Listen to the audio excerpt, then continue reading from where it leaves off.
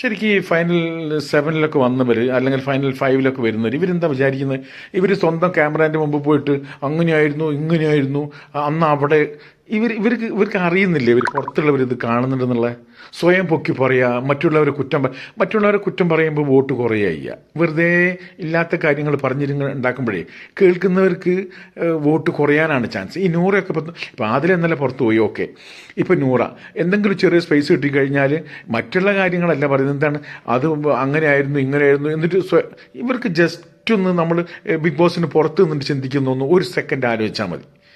ഇപ്പം അനീഷ് അനുമോളൊക്കെ തന്നെയാണ് ഏറ്റവും കൂടുതൽ വോട്ടിന് മുമ്പുള്ളത്, യാതൊരു സംശയമില്ല. വലിയൊരു അട്ടിമറി നടന്നില്ലെങ്കിൽ ഇവരിൽ രണ്ടാളിൽ ആരെങ്കിലും ഒരാൾ കപ്പ് ഉയർത്തുന്നുള്ള യാതൊരു സംശയവും വേണ്ട, ഒരു സംശയവും വേണ്ട. ഓക്കെ, ഇതുപോലുള്ള അപ്ഡേറ്റുകളുമായി ഉടനെ വരാം. ഇതുവരെ ഈ ചാനൽ സബ്സ്ക്രൈബ് ചെയ്തില്ലെങ്കിൽ ചെയ്തു വയ്ക്കുക. ഉടനെ മറ്റൊരു വിവരമായി പുതിയ വിവരമായി ഉടനെ വരും. Thank you.